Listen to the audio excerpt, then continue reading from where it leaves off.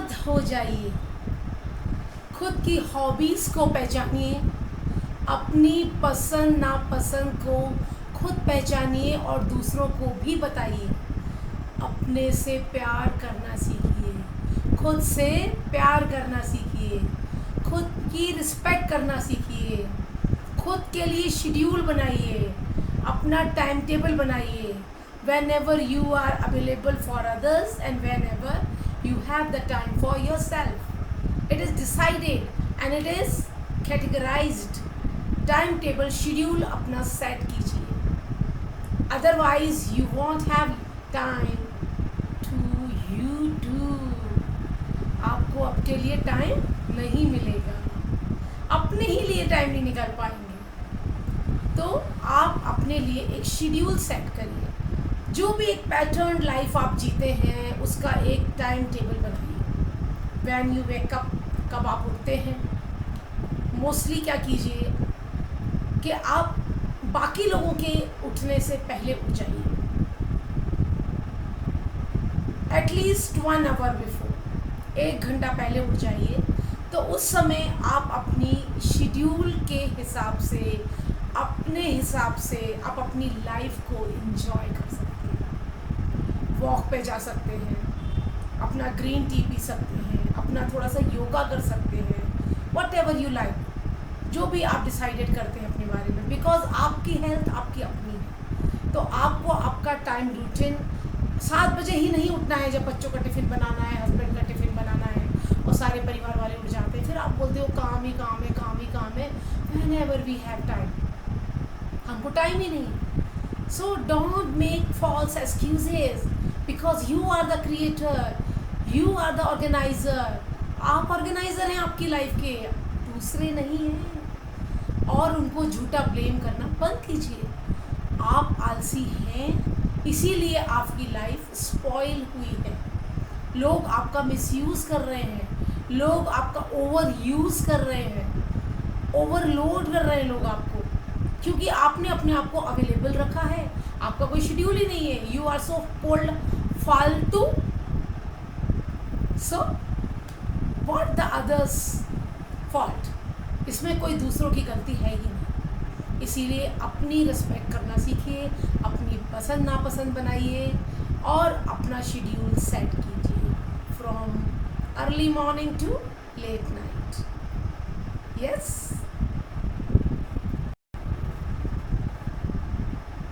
झूठ उतना ही बोलिए जितना ज़रूरी है, सच उतना ही बताइए जितना ज़रूरी है।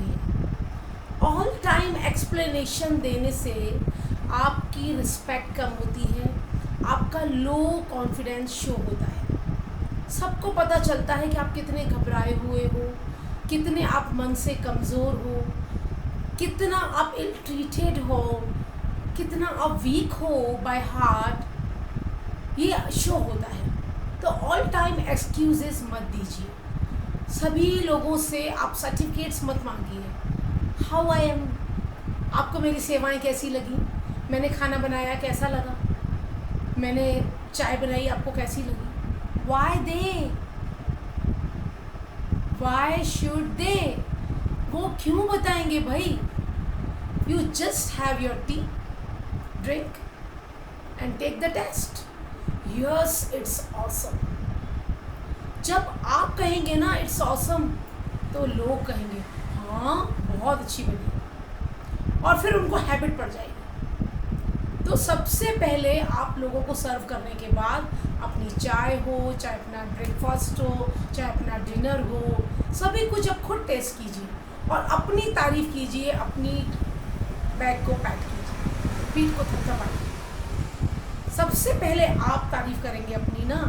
मियाँ मिट्ठू बनना नहीं कहते इसको क्या कहते हैं, हौसला अफजाई कहते हैं। तो स्टार्टिंग कहीं से तो करनी पड़ेगी, क्योंकि वहाँ सामने जो लोग बैठे हैं वो आपकी सेवाएं लेने के लिए बैठे हैं। उन्हें लग रहा है कि आप उनकी सेवाओं के लिए अवेलेबल हैं और उनका काम है सिर्फ आपका बनाया हुआ खाना, आपका बनाया हुआ पीना, आपका जो भी काम सर्व करना, और उसके बदले में एक हल्की सी फीकी सी स्माइल देना। No, it's not enough. इतना काफ़ी नहीं होता है।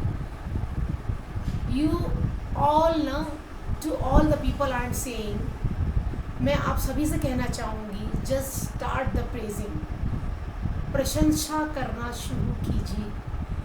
आप फील करेंगे आपके आसपास इतनी पॉजिटिव एनर्जी आ जाएगी, you can't imagine the energy of the house.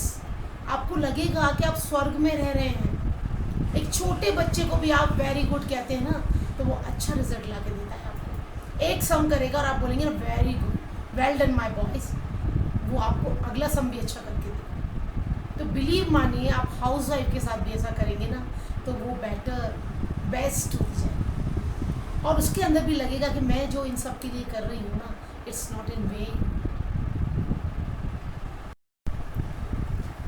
2 time हमको मौन धारण करना चाहिए, एक तो पूजा के टाइम और दूसरा भोजन करते वक्त, क्योंकि पूरे ध्यान लगा के हमको पूजा करना चाहिए। जब हम पूरे अपने काम से निवृत्त हो जाएं, जब हमारे पूरे किचन वर्क फिनिश हो जाए और जब हमको लग रहा है कि एक ड्यूरेशन है, गैप है, उस समय सब लोगों को बताकर जाएं कि मैं पूजा घर में जा रही हूँ, और प्लीज़ मुझे 10 मिनट्स तक कॉल ना करें, आवाज़ ना लगाएं। तो देखिए, सब आपकी उस बात का रिस्पेक्ट करेंगे कि मम्मी 10 मिनट के लिए पूजा घर में जा रही है, बहू 10 मिनट के लिए पूजा घर में जा रही है। आप उनसे वक्त मांग कर देखिए, they will give you heartedly, खुशी खुशी देंगे वो आपको। पर आपने कभी मांगा ही नहीं, तो उन्होंने भी दिया नहीं, फिर आप कंप्लेन करती हैं, कोई मेरे में सोचता नहीं है, कोई मुझे समय नहीं देता है, मैं ठीक से पूजा भी नहीं कर पाती हूँ, उसी समय कुकर की सीटी बज जाती है, उसी समय सब्जी जल जाती है, उसी समय बच्चे को कुछ ना कुछ आ जाता है, उसी समय कोई डोरबेल बज जाती है। डोरबेल वाला सिस्टम है, आप घर में अकेली हैं तो एक बनाइए, एक हार्ड बोर्ड पर लिख के बनाइए कि आई एम इन एट पूजा या इन पूजा घर, don't disturb me till 10 minutes. Do not disturb का एक बोर्ड लगा दीजिए, तो डोरबेल भी नहीं बजाएगा कोई, और बजा भी दी तो आप मत उठिए ना भाई, कहाँ का तूफान आ जाएगा। Just concentrate on your work, on your worship, वहाँ पर आप कॉन्सेंट्रेट कीजिए, तो आपको काफ़ी पीसफुल लगेगा। और पूजा भी आप ये भग भग में करेंगे ना, ऐसे ऐसे बस वो घंटी ला रहे हैं, इधर कर रहे हैं, इधर उधर देख रहे हैं, और बस बोल रहे हैं हाँ हाँ आ रही हूँ, वो गैस बंद कर देना, वो ये चला देना, तो मोटर गिर रही है, पानी बंद करो, ये करो वो करो। सारी टेंशन जब आपके दिमाग में है, तो आप पूजा किसकी कर रहे हो? आपका जब मन ही शांत नहीं है, जब आपकी आत्मा ही जागृत नहीं है, तो परमात्मा से मिलन कैसे होगा? इसीलिए लोगों को पूजा का फल नहीं मिलता। इसीलिए आप कितने ही व्रत करते हो, कितने ही जाप करते हो, कितने ही बेलपत्री चढ़ाते हो, आपको उसका फल नहीं मिलता। और फिर एट लास्ट क्या होता है? आप किसी ढोंगी बाबा के, किसी पंडित के चक्कर में आ जाते हो, जो आपको उपाय बताने लगते हैं, और आप उनके कहे अनुसार फिर बेलपत्र चढ़ाते हो, फिर त्रिकुंड बनाते हो, और फिर ओम लिखते हो, और सारे ये मतलब कर्म कांड करने लगते हो। अब उसमें दोष ना तो वो बाबा का है, ना तो उन पंडित का है। आप खुद ही बकरी बनकर, आप खुद ही भेड़ बनकर, भेड़ चाल बनाकर उनके पंडाल तक गए, उनको सुन रहे हो। आध्यात्म तो कहीं नहीं, आप एक ट्रेनिंग लेकर आ रहे हो कि पूजा कैसे करनी चाहिए। बताइए, पूजा करना क्या कोई किसी को सिखा सकता है क्या? पूजा करने का पैटर्न हर व्यक्ति का अलग अलग होता है। कुछ मंत्रोच्चारण के साथ करते हैं, कुछ भजन गाते हुए करते हैं, कुछ नर्तन करते हुए करते हैं, कुछ कीर्तन करते हुए करते हैं, कुछ ध्यान लगा कर करते हैं, कुछ भक्ति भाव से करते हैं, कुछ शक्ति भाव से भी करते हैं। तो ध्यान रखिए, पूजा की विधि सभी कुछ आपको बुक में दी होती है, आप वहाँ से पढ़िए ना। क्यों इतनी भीड़ लगा के, इतना जमावड़ा लगा के भीड़ लगा रखी है? एक अदने से इंसान को भगवान बना देते हैं। फिर वो भगवान आवामंडित हो जाता है। आप खुद उसके सामने जाते हो ना, हमारा फ़ायदा उठाओ, फिर वो आपका पैसा ज़्यादा ले लेता है। अब वो व्यक्ति तो कुछ करता नहीं है, लेकिन उससे संबंधित जो लोग रहते हैं, जो व्यवस्था बनाने वाले लोग रहते हैं, वो घपले कर देते हैं। फिर जब पकड़ा धकड़ी होती है तो वो व्यक्ति भी बदनाम होता है और आपकी आस्था भी टूटती है। कर ले किसी और की, बदनाम कौन हुए? आप और वो व्यक्ति। वो व्यक्ति तो धर्म का प्रचार कर रहा था, हिंदुओं की संख्या को आंक रहा था, आपके लिए अच्छा बना रहा था, लेकिन भीड़ किसने जमाई? आपने। अंधविश्वास किसने दिखाया? आपने। वो जो कहना चाह रहा था उसको ठीक से समझा ही नहीं, शब्दों पर चले गए, मर्म तो समझा ही नहीं। तो जब तक आप पूजा का मर्म नहीं समझोगे, पूजा का महत्व नहीं समझोगे, पूजा ठीक ढंग से नहीं कर पाओगे। भाव बिना भक्ति न होए, भाव बिना भक्ति न होए। जब तक भाव नहीं होगा तब तक आप भक्ति नहीं बन सकते। भाव के बिना राधा भी नहीं बन सकते और भाव के बिना मीरा भी नहीं बन सकते। भाव के बिना साधु भी नहीं बन सकते और भाव के बिना कबीर भी नहीं बन सकते। रिमेंबर दिस, सब कुछ भाव का खेल है। तो सबसे पहले अपने अंदर अपने भाव को रेडी कीजिए, अपने मन को रेडी कीजिए कि क्या आप ये कार्य करने के लिए तत्पर हैं या केवल भीड़ को देखकर उनके पीछे चल रहे हैं। डिसाइड। पहले अपना शेड्यूल सेट कीजिए। सुबह उठ के 5 बजे ब्रह्म मुहूर्त में उठिए। 5 बजे नहीं उठ सकते हैं तो 5:30 पे उठिए। 5:30 पे उठे, अपना बढ़िया से माउथ वॉश किया, आपने ग्रीन टी ली, अपनी नींबू पानी लिया, हेल्थ के लिए बहुत ज़रूरी है। 30 के बाद हम वुमेंस को बहुत ज़्यादा ज़रूरी है कि हम एक नींबू पानी, शहद पानी या फिर ग्रीन टी इसका सेवन करें। सबसे पहले खाली पेट 1 लोटा पहले पानी पीजिए। ताम्र जल होता है, तांबे का लोटे में जो रखा जाता है रात को। पात्र हो तो और अच्छी बात है, पूरा परिवार उसका लाभ उठाएगा। पहले वो पूरा पानी पी लीजिए, फिर उसके बाद ब्रश, बिना ब्रश के पीजिए, फिर उसके बाद ब्रश कीजिए, फिर आप फ्रेशन अप हो जाइए, माउथ वॉश से अपना चेहरा धोइए। माउथ वॉश नहीं है तो बेसन से धोइए, सुबह सुबह साबुन मत लगाइए।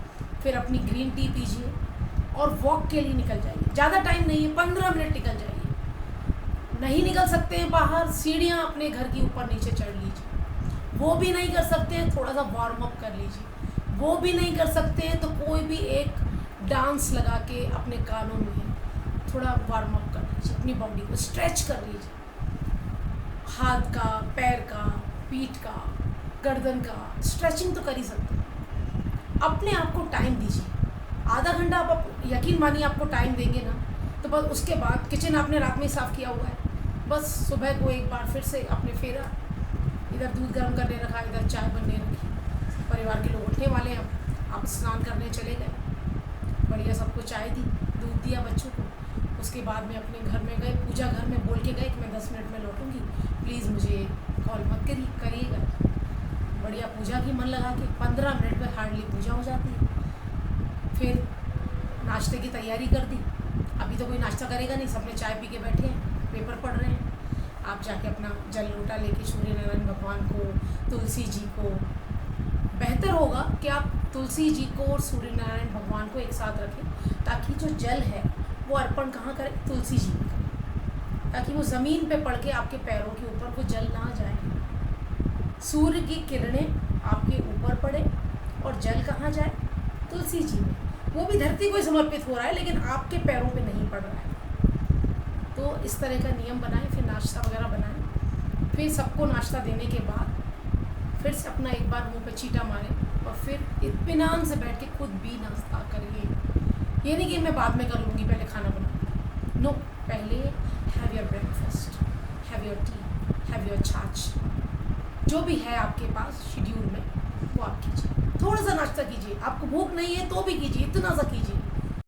अपनी हेल्थ का ध्यान रखने के लिए अपनी फूड का भी ध्यान रखना है आपको। आपकी थाली में सभी आइटम्स होने चाहिए, carbohydrate, protein, fat, minerals, vitamins, everything. आपको लग रहा है कि यदि ये चीज़ मैं नहीं बैलेंस कर पा रही हूँ, फ्रूट में रोज़ कंज्यूम नहीं कर पा रही हूँ, सलाद में रोज़ कंज्यूम नहीं कर पा रही हूँ, कोई भी वेजिटेबल है, सलाद आप अलग से नहीं खा पा रहे, ककड़ी नहीं खा पा रहे, खीरा नहीं है आपके घर में, कोई भी ऐसी वेजिटेबल जिसको आप कच्चा खा सकते हैं, फॉर एग्ज़ाम्पल कालीफ्लावर या कैबेज, गाजर, इनको आप खा सकते हैं, पालक को भी खा सकते हैं। तो जिन भी सब्जियों को, हाँ पम्पकिन, उसको भी खा सकते हैं। तो जिन भी सब्जियों को आप कच्चा खा सकते हैं, रॉ खा सकते हैं, उनको अपने थाली में शामिल कीजिए। फिर एक फ्रूट हमेशा शामिल कीजिए। फ्रूट नहीं है तो ड्राई फ्रूट रख सकते हैं, और कम से कम 2 बादाम या कम से कम आधा एप्पल, एप्पल नहीं है तो बनाना, बनाना नहीं है तो चीकू, कोई भी एक फल, सीज़न वाला जो फल होता है ना, वो सस्ता भी होता है, वो आप उसको शामिल कर सकते हैं। दाल डेली खाइए, आपको पसंद हो ना हो, दवा समझ के खाइए। वेजिटेबल इतना सा ज़रूर खाइए, रोटी ज़रूर खाइए, दही ज़रूर खाइए, दूध ज़रूर कंज्यूम कीजिए, भले ही 1 कप कंज्यूम करें। अब उसका शेड्यूल आपको सेट करना है अपने हिसाब से, व्हेनेवर यू लाइक, आपको जब पसंद है। रात में पी सकते हैं दूध तो रात में पीजिए, मॉर्निंग में पी सकते हैं, मॉर्निंग में 4 बजे पी सकते हैं, बिफोर गोइंग टू टेम्पल तब पी सकते हैं, एक बार की चाय स्किप करके। और अपने घर में रोस्टेड चना ज़रूर रखिए, it's a very good source of vitamin E and protein. Paneer, दूध खाना तो वैसे बहुत कुछ चाहिए, पर हम लेडीज़ जो होती हैं वो अपने बच्चों को प्रेफर करती हैं, अपने बाकी लोगों को प्रेफर करते हैं, तो हम अपने लिए कुछ बचा के रखते नहीं। तो हम ऐसे सोर्सेज को रखें जो हमारे पास इजीली अवेलेबल है, जो बच्चे जिनको ज़्यादा पसंद करते नहीं हैं, दैट इज़ रोस्टेड ग्राम्स, भुने हुए जो चने होते हैं, उनको आप अपने घर में डब्बे में भर के रख लीजिए, और अपने जहाँ पे आप चाय पीती हैं, जहाँ पे सॉल्ट वगैरह रखा हुआ, वहीं पर रख दीजिए। जब भी चाय पी रही हैं, जब भी कुछ खाना खा रही हैं, आपको ऐसा लग रहा है, थोड़ी सी भूख लगी हुई है, हल्का सा एक मुट्ठी लीजिए और कंज्यूम कर लीजिए। 2 बादाम कम से कम डेली कंज्यूम कीजिए। देखिए आपके ऊपर एजिंग आएगी ही नहीं, आपको किसी फेशियल की ज़रूरत पड़ेगी ही नहीं। आप अपने ब्यूटी प्रोडक्ट्स को इनटेक कीजिए, ना कि आउटटेक। ऊपर से लगाने से कुछ नहीं होता। आप जैसा फूड खाते हैं, आप जैसा इनटेक करते हैं, वैसा ही आपकी बॉडी में क्या होता है, रिफ्लेक्ट होता है। Okay, so take care of yourself, have a nice day, thank you.